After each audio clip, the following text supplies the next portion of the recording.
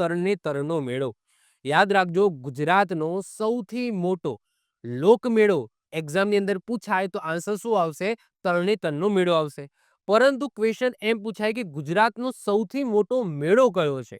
તો વૌઠાનો મેળો. ફરીથી રિપીટ કરું છું, બંનેમાં શું ફરક છે એવું તમને કહી દઉં છું. ગુજરાતનો સૌથી મોટો બાતીગઢ અથવા તો લોકમેળો પૂછાય તો આન્સર આપણે તરણેતરનો મેળો લખીશું. પરંતુ નોર્મલી લખેલું હોય કે ભાઈ ગુજરાતનો સૌથી મોટો મેળો કયો, તો આન્સર શું આવશે? વૌઠાનો મેળો આવશે. કારણ કે વૌઠાના મેળાની અંદર પબ્લિક ઓછી જોવા મળશે, ત્યાં વ્યાપારી વધારે જોવા મળશે.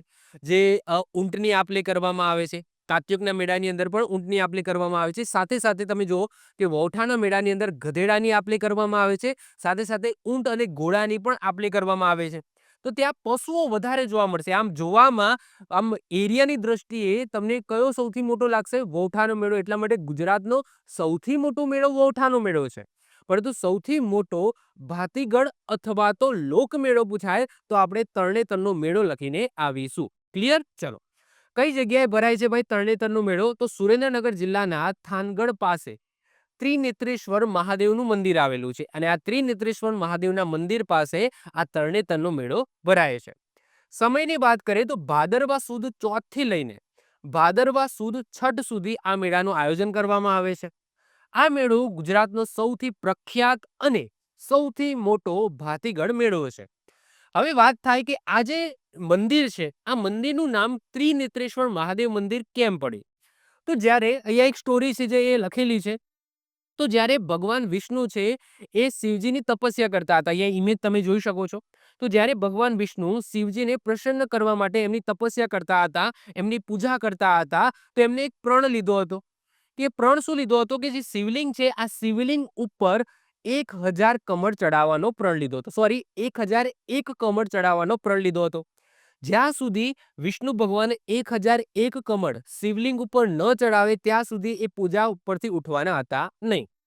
હવે શું કરે છે શિવજી છે એ? શિવજી પરીક્ષા કરે છે. એ શું કરે છે કે વિષ્ણુ ભગવાન જે 1001 કમળ લઈને બેઠા હોય છે, એમાંથી એક કમળ છે એ શિવજી છે એ સંતાડી દે છે. હવે પૂજા શરૂ થઈ જાય છે. વિષ્ણુ ભગવાન છે એ 1 બાય 1 એક એક કરીને કમળ ચડાવે છે.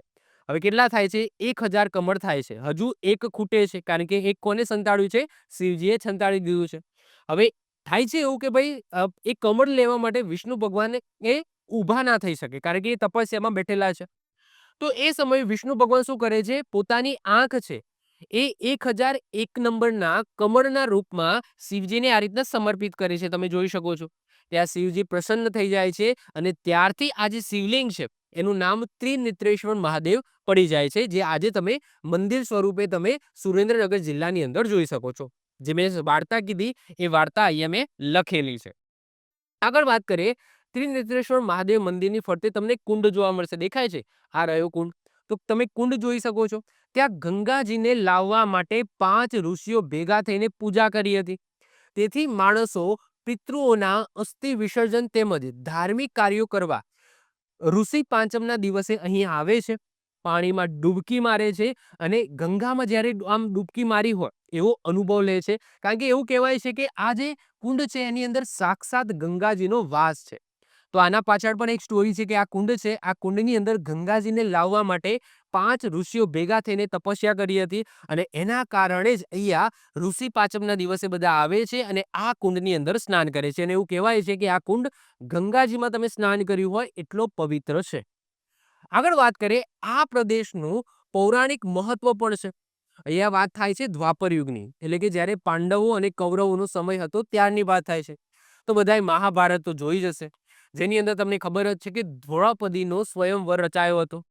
દ્રૌપદીનો સ્વયંવર રચાયો હોય છે.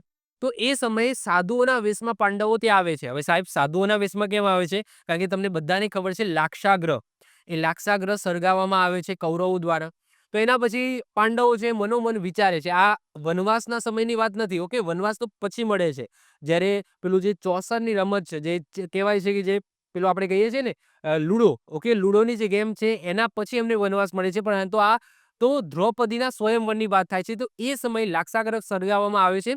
તો પછી અંદરથી પાંડવો છે મનોમન નક્કી કરે છે આપણે ફરીથી પાછું હસ્તિનાપુર જવું નથી, એવું અંદરથી મનોમન વિચે છે અને પોતે સાધુના વેશ ધારણ કરીને ફરતા હોય છે. દ્રૌપદીનો સ્વયંવર છે એ રચાય છે અને એમની અંદર એક એવી શરત મૂકવામાં આવે છે કે ઉપર એક માછલી હોય છે અને નીચે પાણી હોય છે, તો પાણીની અંદર જોઈને એ માછલીની આંખ છે એ વિંધવાની હોય છે. તો આ શરત મૂકવામાં આવે છે. તો એવું કહેવામાં આવે છે કે ભાઈ આ જે મંદિર છે, આ મંદિરની જગ્યાએ જ એ દ્રૌપદીનો સ્વયંવર છે એનું આયોજન થયું હતું. તો એવી પણ માન્યતા છે. તો આ પ્રદેશનું પૌરાણિક મહત્વ પણ છે. જે પાંચાલ પ્રદેશ કહેવામાં આવે છે. પાંચાલી એટલે કે દ્રૌપદી. દ્રૌપદીને પાંચાલી કેમ કહેવામાં આવે છે? કારણ કે એ જે પંચાલ પ્રદેશ હતો એ પંચાલ પ્રદેશના કુંવરી હતા. કુંવરી એટલે કે રાજકુંવરી હતા. ઓકે. તો એ તમે જોઈ શકો છો. તો એમના ફાધરનું નામ હતું હોય છે દ્રુપદ. દ્રુપદ હોય છે. આ દ્રુપદ એ પાંચાલ પ્રદેશના નરેશ હોય છે. તો તે પંચાલ પ્રદેશ તરીકે ઓળખાય છે, જે દ્રૌપદીનું મૂળ સ્થાન છે. લોકવાયકા મુજબ અર્જુને તળાવના પાણીમાં માછલીનું પ્રતિબંબ જોઈને તેની આંખ વિધવાનું મુશ્કેલ કાર્ય અહીંયા સિદ્ધ કર્યું હોય એવી માન્યતા છે. અહીંયા એકચ્યુઅલી કુંડ દેખાય છે, પરંતુ એ સમયે તળાવ હતું. આગળ વાત કરીએ, અત્યારે પણ જે સ્વયંવરની પરંપરા છે એ ટકી રહી છે. આ જગ્યાએ હજુ પણ સ્વયંવરની જે પ્રથા છે એ ટકી રહી છે. સાહેબ, હજુ પણ ત્યાં સ્વયંવર થાય છે? ના. પરંતુ મેળાની અંદર જે યુવક અને યુવતીઓ છે એ પોતે સ્વયંવર જેવું એક પ્રથા છે અહીંયા પ્રચલિત છે. કઈ રીતના સમજાવો? તો અત્યારે પણ સ્વયંવરની પ્રથા છે એ ટકી રહી છે. ભરવાડ અને અન્ય આદિવાસી સમુદાયના અપરિણિત પુરુષો અને સ્ત્રીઓ તેમના પરંપરાગત વસ્ત્રોમાં સજ્જ થઈને સ્ત્રીની શોધમાં મેળાની અંદર આવે છે. પુરુષો ઉત્કૃષ્ટ રીતે ભરતકામ કરેલી છત્રીઓ નીચે ઊભા રહે છે, જે તેમની વૈવાહિક સ્થિતિ દર્શાવે છે. જ્યારે સ્ત્રીઓ છે એ એમના વર માટે છત્રીની આસપાસ જાય છે. મતલબ કે એવી પ્રથા છે કે આજે બીજી વસ્તુ કે આ જે મેળો છે એની ખાસ વિશેષતા એ છે રંગબેરંગી છતરીઓ. તમે જશો ને તો આવી રંગબેરંગી છતરીઓ જોવા મળશે. હવે જે પણ પુરુષને પરણવું હોય, એટલે કે જે પણ યુવાન છે એને પરણવું હોય, તો એ શું કરશે? આવી જે રંગબેરંગી છતરીઓ છે ત્યાં જઈને ઊભો રહેશે.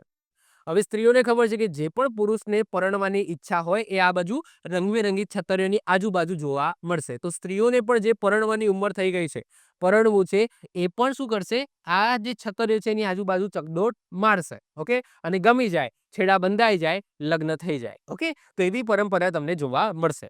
જો આપણે જે મેળા છે ને, આદિવાસીઓના મેળામાં આ ખાસ વિશેષતા છે. ઓલમોસ્ટ બધા જ આદિવાસી મેળાની અંદર આ પ્રથા તમને જોવા મળશે. જે યુવક અને યુવતીઓ જ્યારે પોતે મેચ્યોર થઈ જાય છે, લગ્નની ઉંમર થઈ જાય છે, તો એક માધ્યમ છે પોતાના જીવનસાથી શોધવાનું. મેળો છે એક માધ્યમ બનીને રહે છે. આદિવાસી મેળાની અંદર તો આ વસ્તુ ખાસ તમને જોવા મળે છે. જ્યારે હું આદિવાસી મેળા ભણાવીશ ને ત્યારે હું બધી વાત કરીશ. આગળ વાત કરીએ, આ મેળામાં આહિર, રબારી, ભરવાડ, કાઠી કોમના યુવાનો રંગબેરંગી ભરત ભરેલી છતરીઓ સાથે આવે છે, જે મેળાઓનું વિશિષ્ટ આકર્ષણ છે. ભરવાડ યુવતીઓ હુડા નૃત્ય અને કોળી સ્ત્રીઓ છે એ 3 તાળી રાસ રમે છે આ મેળાની અંદર. રાજ્ય સરકાર દ્વારા દર વર્ષે ગ્રામીણ ઓલિમ્પિકનું આયોજન કરવામાં આવે છે, જ્યાં બળદગાડાની અને ઘોડાની દોડ એટલે કે ઘોડાની રેસ જેવા કાર્યક્રમનું આયોજન કરવામાં આવે છે. અહીંયા તમે જોઈ શકો છો. તો આ તરણેતરના મેળાની અંદર આ બળદની તમે દોડ જોઈ શકો છો. આવી ઘોડાની દોડનું પણ આયોજન કરવામાં આવે છે. તો આ બધી વિશેષતાઓ છે. આવી જ રીતના ઓછા સમયની અંદર મહત્વપૂર્ણ નોલેજ મેળવવા માટે અને મને સપોર્ટ કરવા માટે આજે જ આપણી યુટ્યુબ ચેનલ ટીચિંગ કિશન ક્લિપને સબસ્ક્રાઇબ કરો.